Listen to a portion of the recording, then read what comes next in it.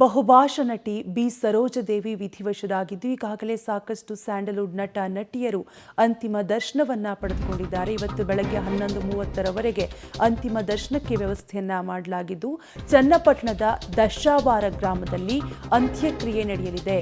ಒಕ್ಕಲಿಗ ಸಂಪ್ರದಾಯದಂತೆ ಅಂತ್ಯಕ್ರಿಯೆ ನೆರವೇರಲಿದೆ.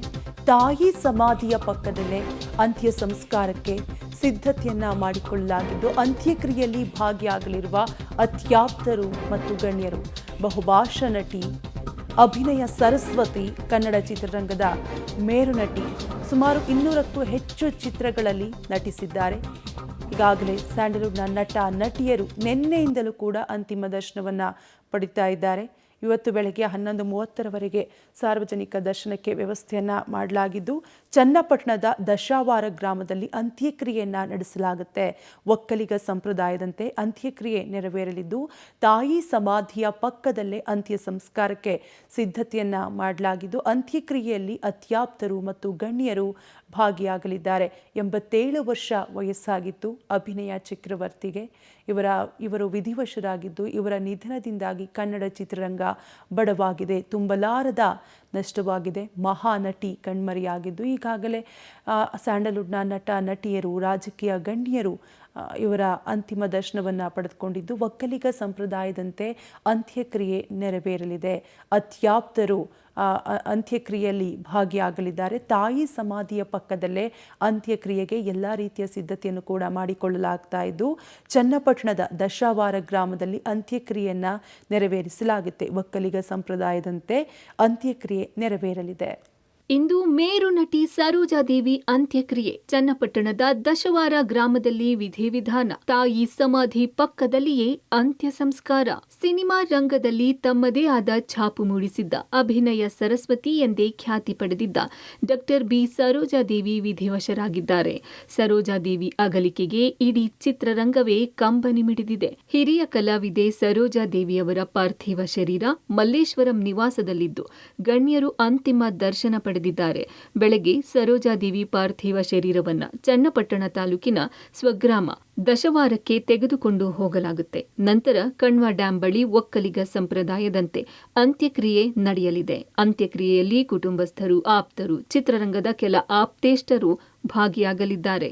11:15 ಇಲ್ಲಿಂದ ಹೊರಟು ನಮ್ಮ ತಾಯಿಯ ಊರು ದಶವಾರ, ಚನ್ನಪಟ್ಟಣ ತಾಲೂಕು, ರಾಮನಗರ ಜಿಲ್ಲೆ, ಅಲ್ಲಿ ಬಂದು ಕಾರ್ಯ ಮಾಡ್ತೀವಿ. ದಶವಾರ ಗ್ರಾಮದ ಸರೋಜಾದೇವಿಯವರ ಜಮೀನಿನಲ್ಲಿ ಅಂತ್ಯಕ್ರಿಯೆಗೆ ಸಿದ್ಧತೆ ನಡೆಸಲಾಗಿದೆ. ತಾಯಿ ರುದ್ರಮ್ಮ ಸಮಾಧಿ ಪಕ್ಕದಲ್ಲಿ ಸರೋಜಾದೇವಿ ಅಂತ್ಯಕ್ರಿಯೆ ನಡೆಸಲು ಕುಟುಂಬಸ್ಥರು ತೀರ್ಮಾನಿಸಿದ್ದಾರೆ. ಈ ಹಿಂದೆ ಸರೋಜಾದೇವಿ ಬರೆದ ವಿಲ್ ಪ್ರಕಾರ ಗಂಡ ಹರ್ಷ ಸಮಾಧಿ ಪಕ್ಕವೇ ಕೊಡಿಗೇಹಳ್ಳಿಯ ತೋಟದ ಮನೆಯಲ್ಲಿ ಅಂತ್ಯ ಸಂಸ್ಕಾರ ನೆರವೇರಿಸಬೇಕಿತ್ತು. ಆದರೆ ಸರೋಜಾದೇವಿ ತೋಟದ ಪಕ್ಕ ಅಪಾರ್ಟ್ಮೆಂಟ್ಗಳು ತಲೆ ಎತ್ತಿರೋದ್ರಿಂದ ತಾಂತ್ರಿಕ ಸಮಸ್ಯೆಗಳಿಂದಾಗಿ ಚನ್ನಪಟ್ಟಣದ ದಶವಾರ ಗ್ರಾಮದಲ್ಲಿ ಅಂತ್ಯ ಸಂಸ್ಕಾರ ನೆರವೇರಲಿದೆ.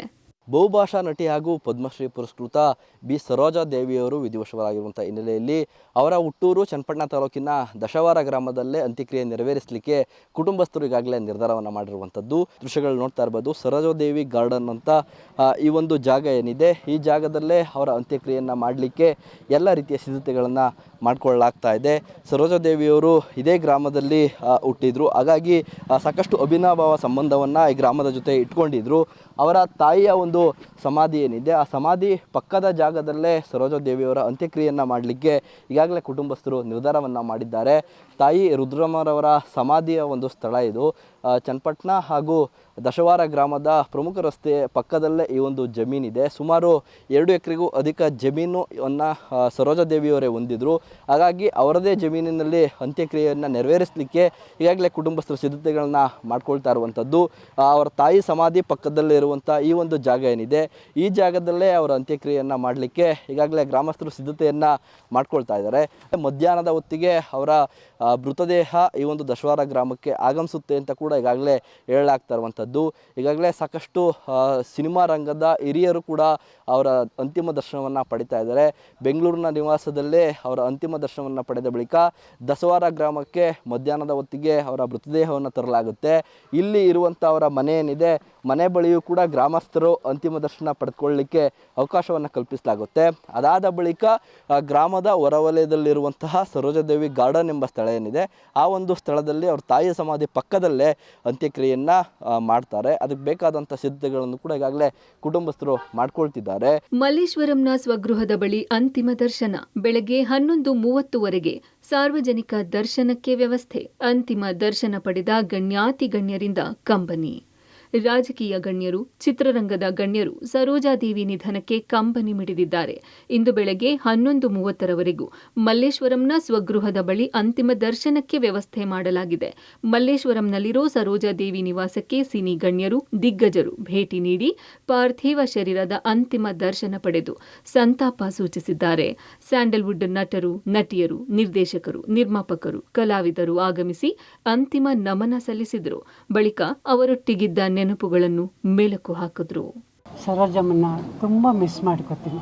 ಯಾಕೆಂದರೆ ಆವಾಗವಾಗ ಫೋನ್ ಮಾಡೋರು, ಮಾತಾಡೋರು, ನಾಡೋಡಿ.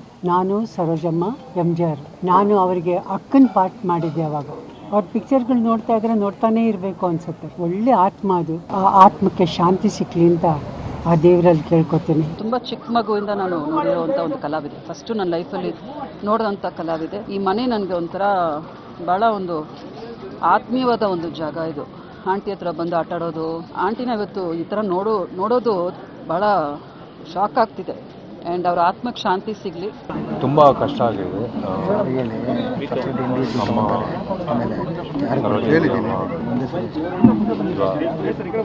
ఇవాళ లేదు మన మధ్యలో. ತುಂಬ ప్రీతి అమ్మ అంటే ఒక యాక్ట్రెస్గా మాత్రం కాదు, ఈ మనలో ಎಷ್ಟು ಮೆಮರೀಸ್ ಇದೆ. So such a legendary actress. I still can believe that she is no more.